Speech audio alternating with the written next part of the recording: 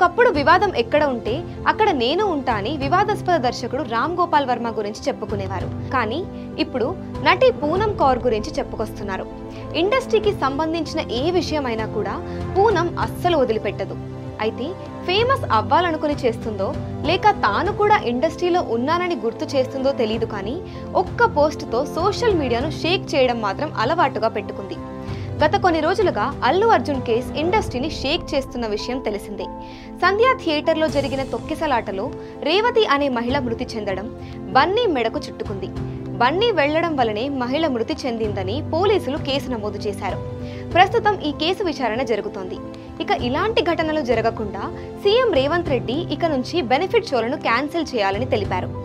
ఇక దీంతో ఇండస్ట్రీ పెద్దలు మొత్తం కలిసి సీఎం రేవంత్ రెడ్డితో భేటీ అయ్యారు.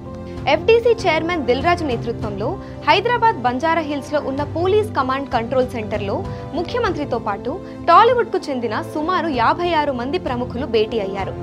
ఇంతమందిలో ఒక్కరు కూడా మహిళలు లేరు.